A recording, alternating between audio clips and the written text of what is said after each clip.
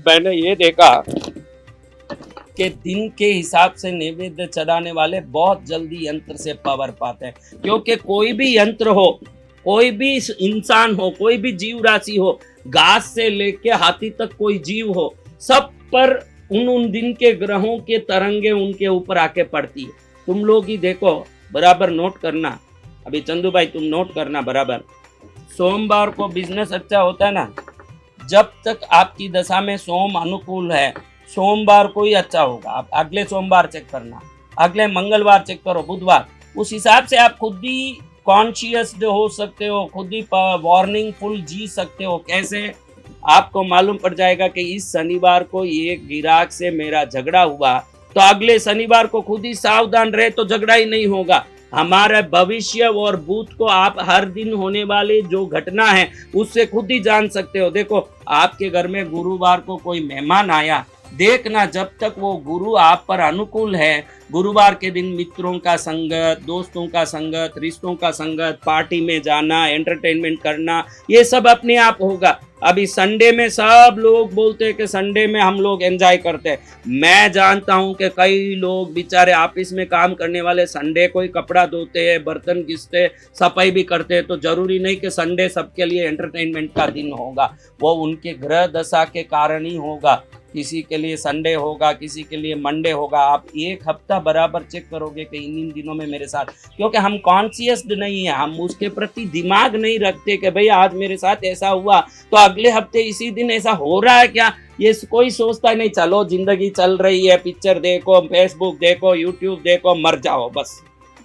हाँ, थोड़ा अपनी जिंदगी के प्रति जागरूक रहना जरूरी है कि नहीं? थोड़ा आप जागरूक रहोगे तो समझ लोगे कि जिंदगी एक बराबर स्केल में, जैसे एक डोरे पर नट चलता है ना, ऊपर डोरा बांध देता है, हाथ में एक लकड़ी पकड़ता है और चलता है, उसमें जैसा रिदम होता है, आप सबके जीवन में एक रिदम है। आप देखो, जिसको कुत्ता आ गया गाड़ी चलाते समय और नीचे गिर गया, तो उसको जिंदगी में 3-4 बार ऐसे होगा।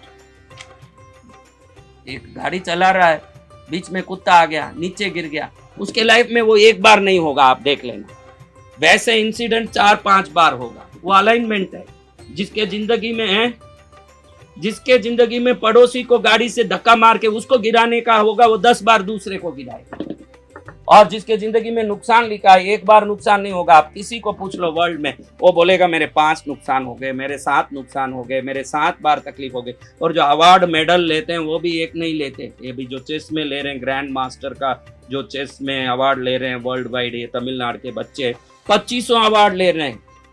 पाने वाला 2500 बार पाता है, खोने वाला 2500 बार खोता है। ये एक अलाइनमेंट है जो बराबर चलता ही रहता है, ये कभी खत्म नहीं होता। जो इसीलिए जीसस बाइबल में कहते हैं पैसे वाले होते ही जाएंगे और गरीब गरीब होते ही जाएंगे। इसका तात्पर्य लोग नहीं समझते, क्योंकि वो निरंतर एक अलाइनमेंट में जो प्रकृति चलती है, नुकसान वाले को नुकसान कराती रहती है और नफे वाले को नफा कराती रहती है। इसलिए पैसे वाला होता ही जाता है और गरीब और नुकसान में होता ही जाता है। इससे अगर आपको बचना है तो इन दैविक यंत्र मंत्र मूर्तियों की पूजा नाम की क्रिया को करके, उस ऊर्जा को घर में प्रकट करके, उस ऊर्जा के द्वारा आप ईश्वरीय ऊर्जा को प्राप्त करके आने वाले वो टर्न्स, जो घड़ी घड़ी एक्सीडेंट हो रहा है, घड़ी घड़ी नुकसान हो रहा है, घड़ी घड़ी परेशानी हो रही है, उससे आप बच सकते हो। कई लोग बोले कि हमारे घर में 6 यंत्र हम रोज पूजा करते हैं।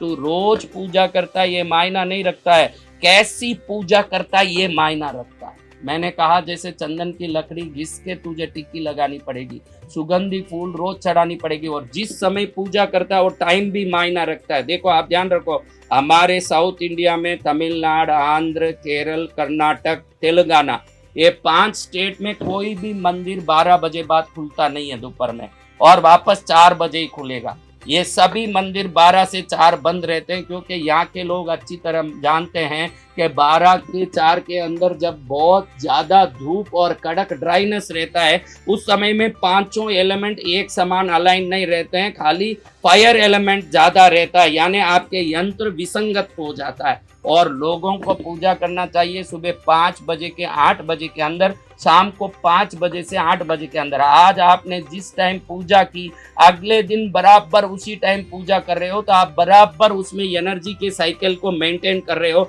अगर आप पूजा करते समय आगे पीछे कर रहे हो तो समझना कि आप पहले पावर डाल रहे हो, अगले दिन कम पावर डाल रहे हो, कभी पीछे डाल रहे हो, तो वो एनर्जी जो एवापरेट होती है या एक्सपायर होती है, वो वापस जब तक नहीं आती है वो यंत्र खाली हो जाता है। तो वो खाली यंत्र वापस उस एनर्जी को लेने के बाद भी उस एनर्जी को अलाइन करने में कई दिन लगा देता है। खाली 4 घंटा आपने लेट पूजा किया, इसलिए आपके 4 घंटा लेट पूजा करने की एनर्जी 4 दिन बाद उसमें मेंटेन होती है।